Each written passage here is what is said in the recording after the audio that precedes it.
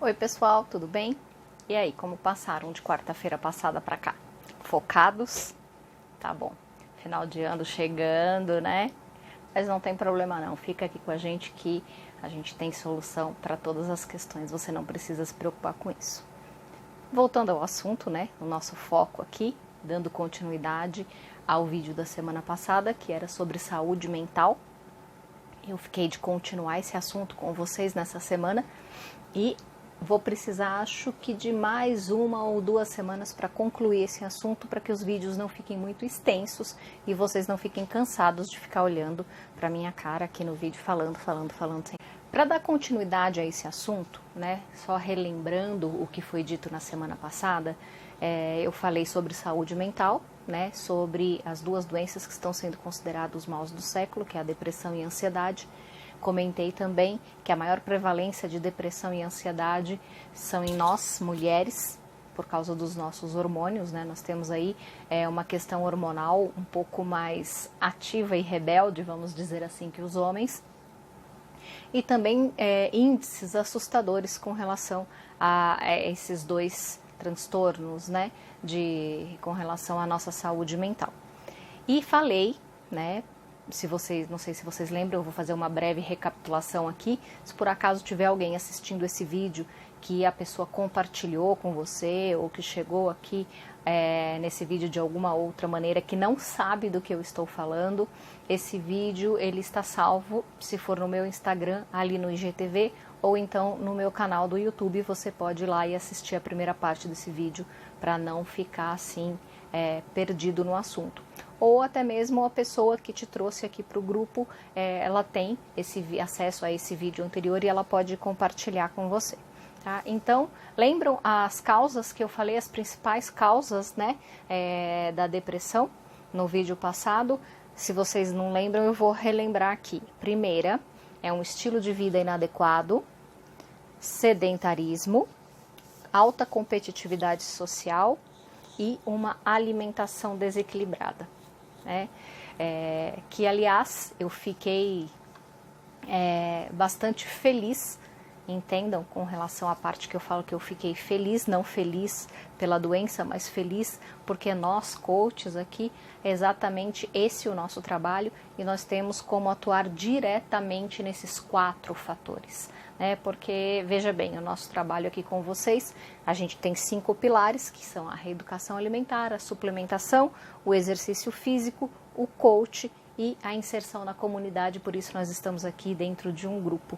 Então a gente consegue, através desses 5 pilares, resolver, levar a solução aí para esses 4 fatores principais que podem aí ocasionar uma doença, né, como foi dito no vídeo passado, é uma disfunção, né, um transtorno bioquímico do nosso cérebro.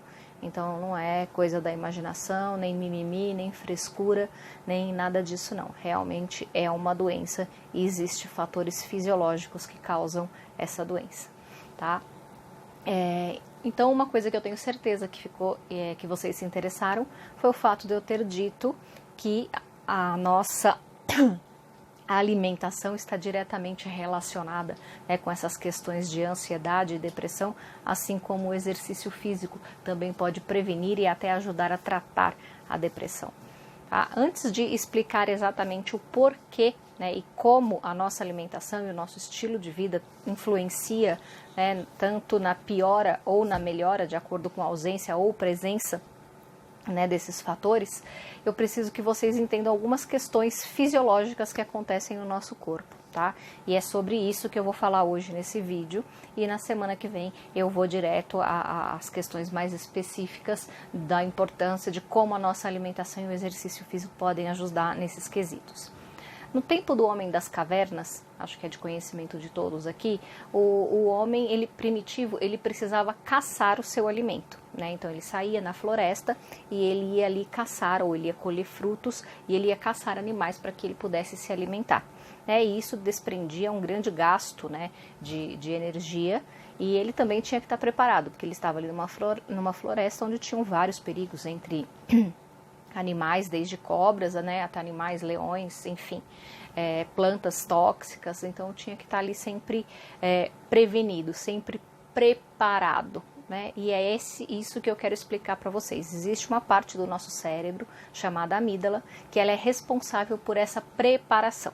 Toda vez que a gente se vê em uma situação de perigo, essa parte do nosso cérebro, a amígdala, ela é acionada, ela aumenta a excreção de adrenalina e cortisol, que vão preparar o nosso corpo ou para a fuga ou para o ataque. Tá? Então, eles vão agir nos nossos pulmões, aumentando a frequência respiratória para que a gente tenha um aporte maior de oxigênio, né, para esse ataque ou para essa fuga. Vão atuar na parte cardíaca, aumentando a nossa frequência cardíaca, né, para que ele aumente a injeção de sangue, né, em todo o nosso corpo, que também é o responsável por levar esse oxigênio que vai estar sendo aí liberado por esse aumento da frequência respiratória, e que está também diretamente ligada à alimentação dos nossos músculos com uma quantidade maior de sangue. Então os nossos músculos eles ficam meio que inchados, né, preparados ali para simplesmente atacar ou fugir. Então isso é um mecanismo fisiológico que nós temos desde a pré-história. Mas hoje não é novidade, né? As pessoas estão cada vez mais sedentárias, certo? Então, durante esse processo, né, dessa ativação, dessa prevenção do perigo que o nosso cérebro faz, né, dessa preparação para o ataque ou fuga, é armazenada uma quantidade significativa de energia, né, porque naquele momento de atacar ou fugir, você vai precisar ter aquele pico, né, de energia para ter aquela explosão. E normalmente a gente não passa por essa, a gente não chega ao fim, né? Não existe ali um ataque ou uma fuga que seja necessária. Pelo menos não na maioria das vezes, e eu espero que continue assim.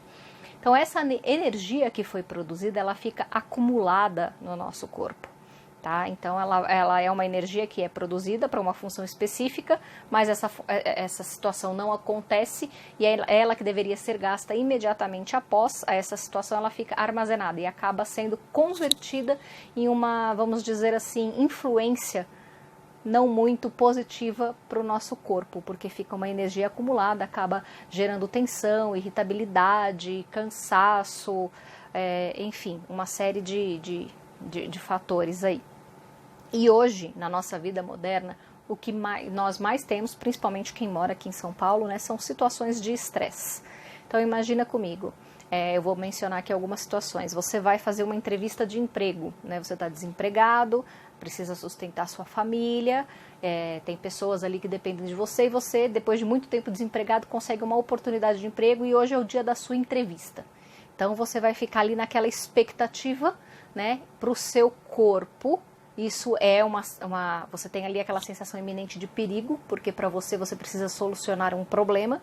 Então o seu corpo ele vai ativar a amígdala, que vai produzir a adrenalina, o cortisol, vai preparar o seu corpo para fuga, aquele armazenamento extra de energia que na verdade não vai acontecer, né? Porque você vai fazer uma entrevista de emprego, mas você não vai ter um grande gasto energético ali com relação a essa situação. E assim como, por exemplo, imagina, você está lá no seu trabalho, tranquilo, trabalhando, quando toca o telefone o seu chefe. Ana, sobe aqui que eu quero falar com você. Ai meu Deus, o que eu fiz? Não é assim que a gente pensa? Porque a gente não pensa, poxa, ele vai me promover. Né? Quando o chefe chama na sala, a primeira coisa que passa na cabeça da maioria, pelo menos passava na minha, era o que eu fiz dessa vez. Né? A gente procura, não acha nada de errado que fez, mas você sempre pensa que não é alguma coisa positiva.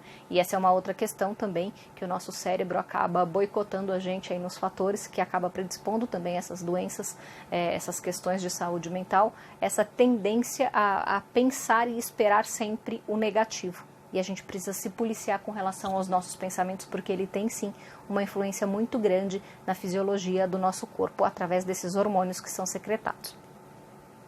Então você pensa isso, aí você já fica naquela expectativa, ataque, fuga, adrenalina, cortisol, aumento da respiração, batimento cardíaco, músculo, chega lá, você vai sentar na cadeira, o chefe vai te falar, enfim, vai te dar uma tarefa nova, ou vai falar alguma coisa que nem era nada daquilo, ou mesmo que seja, enfim, você não vai partir para cima do seu chefe, nem sair correndo da sala dele, eu acredito. E são situações que é assim que acontecem no nosso dia, como várias outras, né? Às vezes você se irrita com a pessoa no trânsito, tá atrasado, são várias situações que acabam gerando estresse, que o estresse acaba ativando esse mecanismo de ataque ou fuga, e a gente acaba ficando com toda essa energia acumulada e isto não é positivo. Então, conforme foram passando os anos, isso acontecia uma vez por mês, 2 vezes por mês, no período da pré-história, quando o homem precisava caçar. Depois começou a acontecer uma vez por semana, depois uma vez por dia. Hoje, várias vezes ao dia, né? A gente passa por várias situações de estresse. Então, vocês imaginam a tensão, o estresse, a ansiedade, que tudo isso acumulado no nosso corpo, né? E isso começa a gerar ali um alerta, um sinal de alerta, né? Você vai ficando cada vez mais ansioso, você vai criando aquela sensação de que toda hora vai acontecer alguma coisa ruim, você começa a ter pensamentos ruins, você começa a ficar tenso, começa a ter tensão muscular, começa a ter dores no corpo, enfim, vira uma bagunça completa. E para piorar essa situação, existe uma outra questão que a gente fala que é um gatilho mental para esse ciclo, né, de ataque e fuga. Você, quando precisa, imagina aquela situação que eu falei lá, quando a gente vai fazer uma entrevista de emprego que a gente precisa muito, que tem toda aquela responsabilidade por trás de conseguir ou não esse emprego, né, e passa na nossa cabeça. Quem aqui nunca pensou, né? Se eu não conseguir isso, eu vou morrer. Vai ser o fim do mundo. Só que quando você pensa isso, o seu cérebro, ele não sabe que você está usando uma força de expressão, tá? Ou quando você faz uma brincadeira ou alguma coisa desse tipo, seu cérebro não sabe. Quando você pensa alguma coisa desse tipo que envolve principalmente emoção, sentimento, o seu cérebro grava aquilo como um comando. E ele entende que você está em uma situação de perigo e que ele precisa te ajudar. Então, toda vez que o seu cérebro identifica uma situação de perigo, ele vai acionar a amígdala para te preparar para ataque ou fuga. Então, todas as vezes que você é exposto a uma situação de tensão, o seu cérebro vai reconhecer isso como um perigo. E por isso que a gente acaba tendo esse ciclo diversas vezes no dia, e aí da ansiedade passam-se a existir transtornos de ansiedade, né? E nem sempre um transtorno de ansiedade se torna uma depressão, e nem sempre uma depressão ela é prevalente de um transtorno de ansiedade, mas enfim, isso predispõe sim ao surgimento e ao desequilíbrio bioquímico que causa essa depressão. Então, é muito importante a gente entender isso, e aí eu vou explicar no próximo vídeo exatamente a solução para isso está no exercício físico, e eu vou explicar por quê. Com relação à nossa alimentação, eu não sei se vocês sabiam, mas o nosso intestino é o nosso segundo cérebro, tá? Exatamente, cérebro. Por quê? No nosso intestino existem milhares de neurônios, milhares de terminações nervosas. Até há pouco tempo atrás acreditava-se que só existiam neurônios no cérebro e que eram células, era a única célula do corpo humano que não se regenerava. Hoje a gente já sabe que isso não é verdade, que existem neurônios no nosso intestino em uma quantidade bem grande e que as células nervosas são sim capazes de se regenerar, tá? Só que imagina, se você vai... O que é a regeneração? É uma cópia, né? Você vai pegar ali a matriz, que é a que existe, e você vai fazer uma cópia, né? Uma igual. E para você fazer uma igual de qualidade, você precisa de ali um ambiente adequado, né? O que seria esse ambiente adequado? Uma nutrição celular, né? Todos os nutrientes e todos os componentes que essa célula precisa para produzir uma réplica saudável. Tá? Então aí já vai ficando aí os insights para vocês começarem a pensar como que a alimentação tem a ver não só com a nossa saúde mental, mas com uma série de doenças, né, que a gente acaba desenvolvendo aí no decorrer da vida, inclusive câncer e doenças mais sérias assim. Então essas terminações nervosas do nosso cérebro, do nosso intestino, elas têm funções, né, nervosas, assim como o nosso cérebro. Inclusive, o nosso intestino, ele é responsável por 90% da serotonina do nosso corpo. Tá? O nosso intestino, é o nosso intestino que envia, né, aquela comunicação, né, aquele estímulo nervoso para que o nosso cérebro inicie a produção ou a excreção de determinadas enzimas e determinados hormônios. Mas para que essa comunicação ela aconteça de uma maneira eficaz, né, de uma forma efetiva, o nosso intestino precisa estar saudável. E o intestino saudável ele está diretamente, totalmente, intimamente relacionado com a nossa alimentação. E esse vai ser o tema do nosso próximo vídeo também. Outro fator importante Vocês sabiam que nós, mulheres, existe um estudo chamado SIM, S-I-M, Saúde Intestinal da Mulher, exatamente por conta desses neurônios que existem no nosso intestino e desse comando para essas produções hormonais. Então, uma mulher que ela tem uma alimentação mais saudável, né, que ela tem um intestino mais saudável, ela tem muito menos TPM, ela tem muito menos irritabilidade, ela tem menos problemas hormonais e metabólicos do que uma mulher que ela acaba tendo aí um estilo de vida inadequado e uma alimentação desequilibrada. Então já existem estudos específicos por isso. Então imaginem, tá? O que a gente come vai para o nosso intestino. E o nosso intestino hoje ele é o grande responsável por funções vitais e de extrema importância para a nossa saúde. Então já vai imaginando aí que tipo de alimento você está dando para o seu corpo, para o seu intestino. Aqui eu gosto de fazer uma comparação do nosso corpo com uma Ferrari. Eu gosto de Ferrari, tá? Aquela Ferrari vermelhona, de preferência conversível. Então para mim, Ferrari é um carrão. Então eu gosto de fazer essa comparação assim com a Ferrari. E vocês, se não gostarem de Ferrari, façam a comparação com o carro que vocês gostarem ou com aquilo que vocês acharem que é melhor. Tá? Então imagina uma Ferrari, você vai e coloca um combustível top de primeira linha, super mega blaster naquela Ferrari e você vai pegar a estrada. O que vai acontecer com essa Ferrari? Ela vai ter um desempenho máximo, né? Você vai ter ali um excelente desempenho, ela vai oferecer para você todo o seu potencial, tudo aquilo que ela foi produzida para te oferecer ao máximo. Agora, em contrapartida, se você coloca nessa Ferrari um combustível ruim, um combustível adulterado, e você vai pegar a estrada, você força o motor, o que acontece com essa Ferrari? Ela vai andar alguns quilômetros e vai apresentar algum tipo de problema, vai parar, isso se o motor não fundir. O nosso corpo não é diferente, tá? O nosso corpo é exatamente igual. Imagina o nosso corpo como a Ferrari. Espera aí que o meu improviso de tripé aqui quase que se desmontou. Imagina o nosso corpo como uma Ferrari e o nosso alimento como o combustível. Tá? Então, a nossa saúde, ela depende exatamente do tipo de combustível que você dá para o seu corpo. Então, eu quero deixar aqui essa reflexão, né, para que vocês pensem até a próxima semana que tipo de combustível você está oferecendo para o seu corpo. É o combustível de primeira linha, um combustível adequado, aditivado, é um combustível que vai limpar ali os pistões, que vai melhorar o desempenho da sua Ferrari, ou é um combustível que vai entupir ali o mecanismo, as velas, vai dar problema no motor da sua Ferrari. Pensa nisso.